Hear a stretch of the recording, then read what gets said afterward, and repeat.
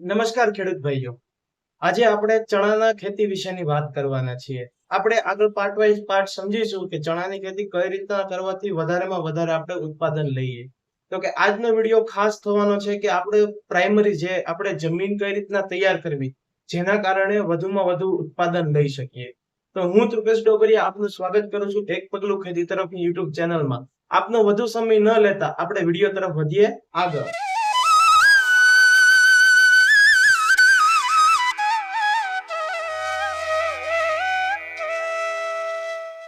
ચણાની ખેતી વિશે આપણે વાત કરીએ તો તમને એમ થતું હશે કે ચણાની ખેતીમાં એવું બધું તો શું ખાસ છે કે એના ઉપર પણ વિડીયો બનાવવો પડે એમ.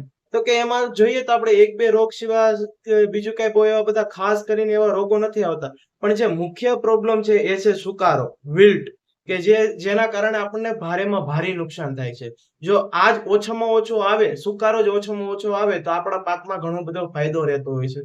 તો આજે આપણે એની માટે જ વાત કરવાના છીએ કે સુકારો કે ઓછામાં ઓછો આવે. બાકી તો જે ઈયળ ને એની સમસ્યા આવે છે એ તો કંટ્રોલ થઈ જાય છે, પણ આ સુકારો આવ્યા પછી એનો કોઈ ઈલાજ નથી. અને જો ઈલાજ કરવા જઈએ તો મોંઘામાં મોંઘાના હેવીમાં હેવી ડોઝ છાંટીએ છતાં પણ જોઈએ એવો તો રિકવરી આવતી જ નથી એમ. પણ જો આ માટે આપણે આગળ જ પગલા લઈ લીધા હોય તો આમાં ઘણો બધો પેલો એ રહેતો હોય છે એમ. તો કે પહેલી જ આપણે શરૂઆત કરીએ તો કે જમીનથી.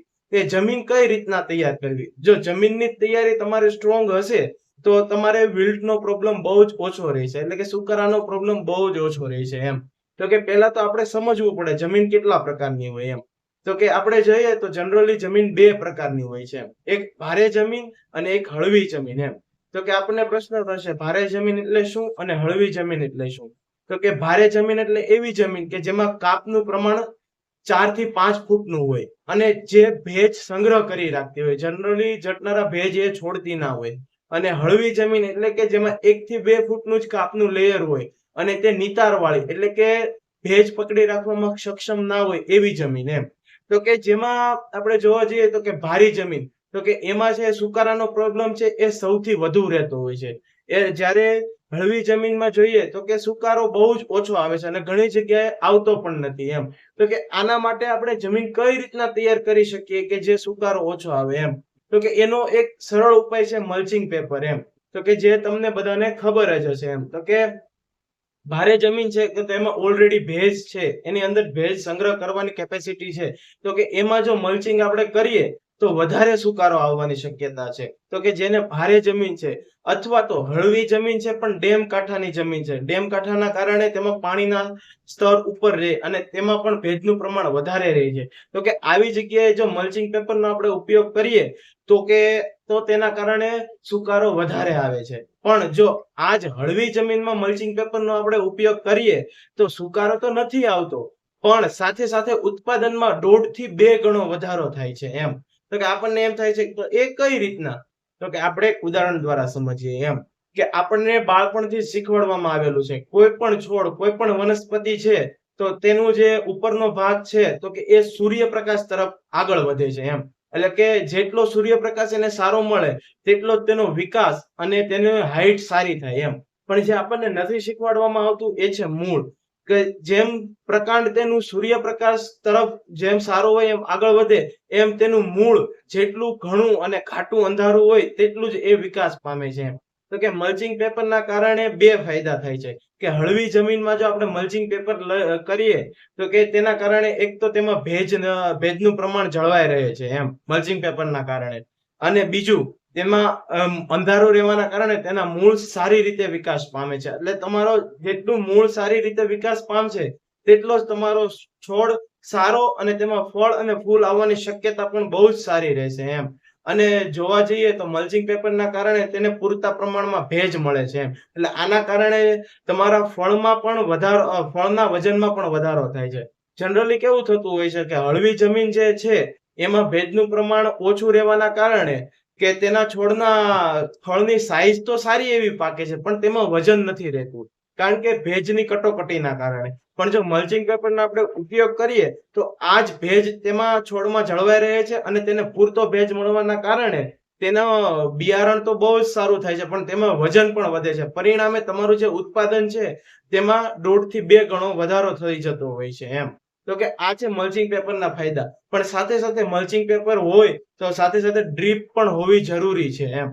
અને જોઈએ ભારે જમીન, તો કે ભારે જમીનમાં આપણે જે ઢાળ કરીએ, ટૂંકમાં જે પાળો બાંધીએ તો એની સાઈઝ થોડીક વધારે ઊંચી રાખીએ તો તેના કારણે ભેજનું પ્રમાણ ઓછું રહે છે અને તેમાં સુકારો આવવાના બહુ જ ઓછા પ્રોબ્લેમ રહેતા હોય છે એમ. હવે આ તો થઈ ગઈ કે જમીનની તૈયારીની વાત. બાકી જે તૈયારી છે કે જે પ્લેન સરફેસ આપણે જે સપાટ જમીન કરીએ છીએ, બીજા બધા સાથી હાંકીએ છીએ, એ તો બધાને નોર્મલી બધાને ખબર જ છે એમ. તો કે એના ઉપર આપણે કઈ લાંબી ચર્ચા કરીશું નહીં. આ બધી માહિતી પહેલા જો તમને કોઈ પણ પ્રકારનો પ્રશ્ન હોય, તમને કોઈ પણ પ્રકારની ક્વેરી હોય તો તમે નીચે કોમેન્ટમાં કહી શકો છો. અથવા તો મેં અમારા WhatsApp ગ્રુપની લિંક ડિસ્ક્રિપ્શનમાં આપેલી છે. તમે ત્યાંથી WhatsApp ગ્રુપમાં જોડાઈને પણ ત્યાં તમે ડાયરેક્ટ પ્રશ્ન કરી શકો છો. બીજો મુખ્ય ટોપિક છે તો કે એનું વાવેતર. તો કે કયા સમયગાળામાં એનું વાવેતર કરવાથી આપણને તેના સારામાં સારા રિઝલ્ટ મળે છે એમ, અને વધુમાં વધુ ઉત્પાદન મળે છે. તો કે એ વાવવા માટેનો જો સચોટ સમય જોઈએ તો કે તે 15 ઓક્ટોબર થી 15 નવેમ્બર સુધીનો છે. તો કે આ કઈ રીતના, તો કે આપણે જનરલી જોવા જઈએ તો 15 ઓક્ટોબર થી ધીમે ધીમે ઝાકળ અથવા તો જે આપણે મેઘરવો કહીએ એ આવવાનું ધીમે ધીમે શરૂઆત થાય છે એમ. અને તે ઠંડી તો પણ 15 ઓક્ટોબર થી 1 નવેમ્બર સુધી ઠંડી નથી પડતી એટલી બધી જોઈએ એવી, ધીમે ધીમે પડે છે એમ. પણ 1 નવેમ્બર પછી ઠંડી પડવાની પણ શરૂઆત થાય છે. તો આપણે જો વાવેતરમાં જોઈએ તો કે 1 નવેમ્બર થી 15 નવેમ્બર સુધીનો સમયગાળો ખૂબ જ સરસ સમયગાળો કહેવાય. કારણ કે તેમાં ઠંડી પણ પડે છે અને ભેજ પણ મળે છે. અને ચણાની ખેતીમાં તમને બધાને ખબર જ છે કે જેટલું તાપમાન નીચું અને જેટલું ભેજવાળું તાપમાન, તો કે તેમ ભેજવાળું હવામાન, તેમાં ચણાની ખેતી સારામાં સારી થાય છે એમ. તો કે આ 1 નવેમ્બર પછી તેને ઓછું તાપમાન અને ભેજવાળું વાતાવરણ આ બંને મળી રહે છે. એટલે તેને ઉગવામાંથી લઈને કે તેને પરિપક્વ થવામાં છેક સુધીનો સમયગાળો રહે છે. હવે જો આપણે મોડા ચણાનું વાવેતર કરશું તો શું થશે? તો કે મોડું જેમ ચણાનું વાવેતર કરશું તેમ પાછળ તડકા એટલે કે ગરમી આંબી જશે. તેના કારણે તેના ફળની સાઈઝમાં અને તેના ઉત્પાદનમાં ઘટાડો થશે. તો જે જોવા જઈએ તો કે સૌથી સારામાં સારો સમય 1 નવેમ્બર થી 15 નવેમ્બર સુધીનો એ જે સમયગાળો છે એ ચણાના વાવેતર માટેનો સૌથી સારામાં સારો સમયગાળો છે એમ. તો કે આપણે 2 પોઈન્ટ આ વિડીયોમાં કવર કર્યા. એક તો જમીન કઈ રીતના તૈયાર કરવી અને બીજું જોઈએ તો કે આપણે તેનું વાવેતર ક્યારે કરવું એમ. હવે ત્રીજો મુખ્ય પોઈન્ટ છે તો કે તેના બિયારણનું કોટિંગ. એટલે જે આપણે બિયારણને અગાઉ આપણે જે ટ્રીટમેન્ટ આપીએ છીએ, સીડ ટ્રીટમેન્ટ જેને આપણે કહીએ છીએ, અને તેના બેઝલ ડોઝ કે જે આપણે વાવેતર કરીએ તેની સાથે જે આપણે ખાતર અને કોઈ બીજી જે ફૂગનાશક છે અથવા તો કોઈ બીજી દવા જે આપીએ છીએ તો કે એ છે. તો કે એ હવે આપણે જોઈશું આગળના વિડીયોમાં. જો તમને અમારો વિડીયો સારો લાગતો હોય, તેની માહિતી ઉપયોગી લાગતી હોય તો આ વિડીયોને વધુમાં વધુ શેર કરો અને અમારી ચેનલને સબસ્ક્રાઇબ કરો. ત્યાં સુધી જય જવાન જય કિસાન. મળીશું હવે 2 ટોપિક એટલે કે તેનું બેઝલ ડોઝ અને સીડ ટ્રીટમેન્ટ. તો કે આ જોઈશું હવે આપણે પાર્ટ 2 માં.